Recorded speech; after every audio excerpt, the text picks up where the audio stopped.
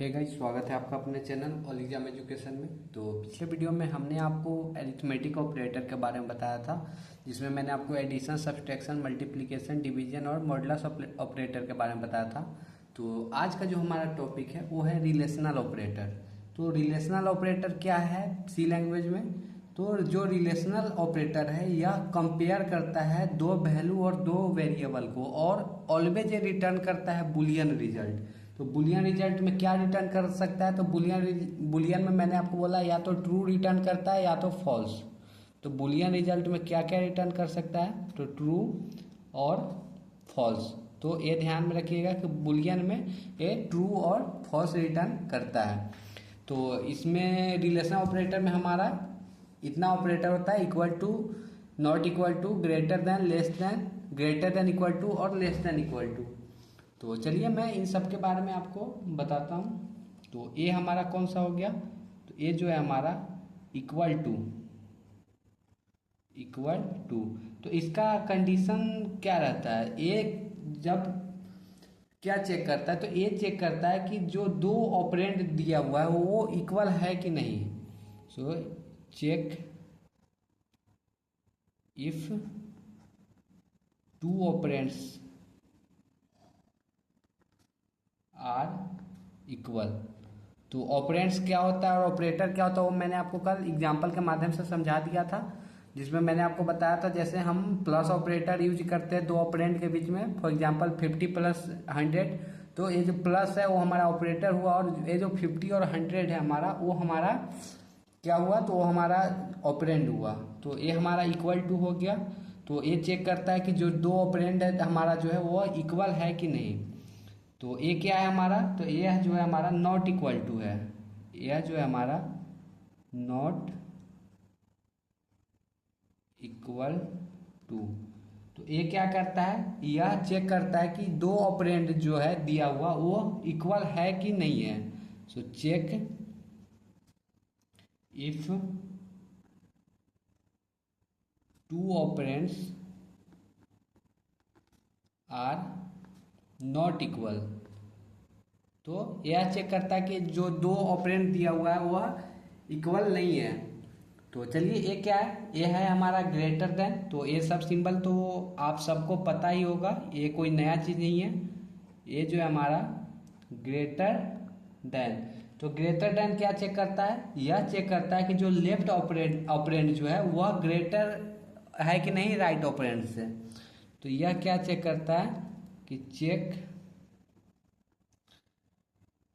Greater than क्या check करता है कि check if the left operand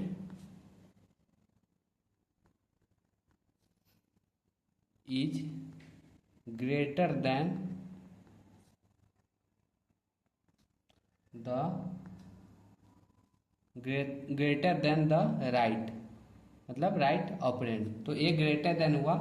ये हमारा क्या है? तो ये हमारा लेस देन होता है, ये सबको पता ही होगा। तो ये हमारा जो होता है वो लेस देन होता है। और यह क्या चेक करता है कि जो लेफ्ट ऑपरेंड है वह लेस है कि नहीं राइट ऑपरेंड से। तो ये ध्यान में रखिएगा कि ये क्या चेक करता है कि check if the left operand is less than the right, मतलब राइट ऑपरेंड। तो चलिए नेक्स्ट हम अपने नेक्स्ट पे चलते हैं, ग्रेटर देन और इक्वल टू। ये जो है हमारा, ये है हमारा ग्रेटर देन और इक्वल टू। तो ये क्या करता है कि यह चेक करता है कि जो लेफ्ट ऑपरेंड है वह ग्रेटर है कि नहीं, मतलब ग्रेटर और बड़ा है कि नहीं। सॉरी, बड़ा मैं बोल रहा हूँ, ग्रेटर और बराबर है कि नहीं राइट ऑपरेंड से। तो ये ध्यान में रखिएगा, इसमें कुछ एक्स्ट्रा है नहीं जो मैं आपको लिख के दिखाऊं। ये हमारा क्या है? तो ये हमारा जो है वह लेस देन और इक्वल टू, लेस देन और इक्वल टू। तो ये ग्रेटर देन मैंने बताया। तो इसमें ग्रेटर देन में क्या था कि लेफ्ट ऑपरेंड चेक करता है कि जो हमारा राइट ऑपरेंड है वो ग्रेटर देन है कि नहीं इससे। तो वैसे ही ये ग्रेटर देन और इक्वल टू में, तो ग्रेटर देन और इक्वल टू में मैंने क्या बताया कि यह चेक करता है कि जो लेफ्ट ऑपरेंड है वह ग्रेटर और बराबर है कि नहीं राइट ऑपरेंड से। तो वैसे ही लेस देन और इक्वल टू में क्या होता है, यह चेक करता है कि जो लेफ्ट ऑपरेंड है यह लेस है और बराबर है कि नहीं राइट ऑपरेंड से। तो ये चीज़ आप ध्यान में रखिएगा, ये इसमें कुछ एक्स्ट्रा बताने वाला था नहीं, इसलिए मैंने नहीं लिखा यहाँ पे।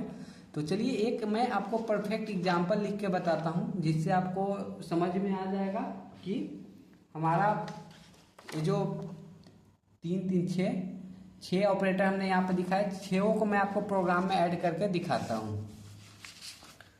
तो चलिए एक हमने यहाँ पे प्रोग्राम लिया, हमने यहाँ पे एक प्रोग्राम लिया। तो चलिए मैं आपको एक प्रोग्राम लिख के दिखाता हूँ। तो सबसे पहले तो हमारा हेडर फाइल आएगा h-include stdio.h, ये हमारा हेडर फाइल हुआ। फिर हमारा मेन मेथड होगा इंट मेन, और ये हमारा मेन मेथड का बॉडी ओपन हुआ। अब हमको यहाँ पे रिलेशन चेक करना, मैंने क्या बोला कि ये जो रिलेशनल ऑपरेटर है यह हमेशा बुलियन वैल्यू रिटर्न करता है। तो बुलियन वैल्यू जब कब रिटर्न करेगा, ट्रू और फॉल्स अपने में कंपेयर करेगा, तो मिनिमम हमको 2 वैल्यू चाहिए। तो हमने यहाँ पे इंटीजर टाइप का 2 वैल्यू लिया, इंट a इक्वल टू 10 और b इक्वल टू 5। तो ये हमने इंटीजर टाइप का 2 वैल्यू लिया। तो चलिए मैं प्रिंटफ फंक्शन का यूज करता हूँ, प्रिंटफ। और फर्स्ट मैंने आपको equal to operator equal to के बारे में बताया था। तो चलिए हम कंडीशन चेक करते हैं कि a इक्वल टू b, और a इंटीजर है तो फॉर्मेट स्पेसिफायर हमारा %d, और a यहाँ पे हम कंडीशन क्या चेक कर रहे हैं, a इक्वल टू b।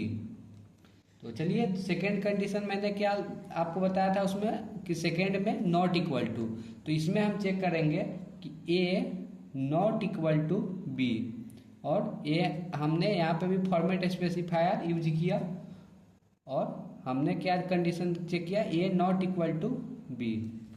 तो चलिए थर्ड मैंने आपको क्या बताया था, थर्ड मैंने आपको बताया था ग्रेटर देन के बारे में। तो चलिए कंडीशन चेक करते हैं कि a ग्रेटर देन b, और हमने %d यहाँ पे फॉर्मेट स्पेसिफायर में यूज किया, और कंडीशन क्या हमने चेक किया कि a ग्रेटर देन b। और गाइज अगर यहाँ पे न्यू लाइन में इसका आउटपुट चाहिए तो यहाँ पे /d के बाद आप %d के बाद आप यहाँ पे n यूज करोगे तो न्यू लाइन में आपका आउटपुट आएगा। तो ग्रेटर देन मैंने आपको बता दिया। तो नेक्स्ट मैंने आपको लेस देन के बारे में बताया था। तो प्रिंटफ और a लेस देन b, और हमने यहाँ पे %d। फॉर एग्जांपल अगर हमको न्यू लाइन में चाहिए आउटपुट तो यहाँ पे हम n यूज करेंगे। तो मैं इसके बारे में आपको अभी नहीं बताया, इसलिए मैं यहाँ पे यूज नहीं कर रहा था, बट एक लाइन में आप समझ लीजिए। तो यहाँ पे हमने क्या यूज किया, a लेस देन b। तो चलिए 2 कंडीशन मैंने और आपको बताया था, ग्रेटर देन और इक्वल टू और लेस देन और इक्वल टू। तो नेक्स्ट हमारा प्रिंटफ फंक्शन, और हमने यहाँ पे चेक किया कि a ग्रेटर देन और इक्वल टू b, और हमने यहाँ पे %d फॉर्मेट स्पेसिफायर यूज किया, और कंडीशन क्या है, a ग्रेटर देन और इक्वल टू b। और एक मैंने लास्ट आपको बताया था प्रिंटफ और a less than equal to b, और हमने फॉर्मेट स्पेसिफायर यूज किया %d, और कंडीशन क्या है, a less than equal to b। और हमको यहाँ पे कुछ अब रिटर्न नहीं चाहिए, तो प्रोग्राम हमारा खत्म हुआ, रिटर्न 0, और ये हमारा मेन मेथड क्लोज हो गया। तो इसका आउटपुट कैसे आएगा गाइज, इसका जो आउटपुट आएगा, तो यहाँ पे a इक्वल टू 10 और b इक्वल टू 5 है। तो क्या 10 और 5 बराबर है, तो नहीं, 10 और 5 बराबर नहीं है, तो इसका जो आउटपुट आएगा वो आएगा फॉल्स। और उसके बाद a not equal to b, तो 10 और 5 बराबर दोनों बराबर नहीं है, मतलब नॉट इक्वल टू है, तो ये कंडीशन हमारा ट्रू है। तो यहाँ जो आएगा आउटपुट, हमारा आउटपुट आएगा ट्रू। फिर इसमें चलिए a का वैल्यू कितना 10 है और b का वैल्यू 5 है, तो क्या 10 बड़ा है 5 से, तो हाँ सही बात है, 10 बड़ा है 5 से, तो इसका जो आउटपुट आएगा वो आएगा हमारा ट्रू। अब इसमें अगर आप चलते हो तो 10 है a का वैल्यू और b का वैल्यू 5 है, तो क्या 10 लेस देन 5 है, नहीं, 10 ग्रेटर देन 5 होता है, तो ये इसका जो आउटपुट आएगा हमारा फॉल्स आएगा। और नेक्स्ट में चलिए कि a greater than equal to b, तो क्या 10 का ये जो 10 है वो बड़ा और बराबर है 5 से, तो हाँ 10 जो है बड़ा है 5 से, तो इसका जो आउटपुट आएगा वो आएगा हमारा ट्रू। और इसमें आइए a less than equal to b, तो क्या 10 छोटा है और बराबर है 5 से, तो नहीं, 10 जो है बड़ा है 5 से, तो इसका जो आउटपुट आएगा हमारा फॉल्स। और आप सबको पता है कि फॉल्स को हम 0 से रिप्रेजेंट करते हैं और ट्रू को हम 1 से रिप्रेजेंट करते हैं, तो ये भी आपको ध्यान में रखना है। और तो ये आपको ध्यान में रखना है। सो आई होप गाइज कि आपको वीडियो जरूर अच्छा लगा होगा और आपको प्रोग्राम समझ में आया होगा। एग्जाम्पल मैंने एकदम ईजी में बताया था। तो आशा करता हूँ गाइज अगर आपको वीडियो अच्छा लगा हो तो हमारे वीडियो को लाइक करें, कमेंट करें, शेयर करें और हमारे चैनल को सब्सक्राइब करें। थैंक यू गाइज, मिलते हैं नेक्स्ट वीडियो में।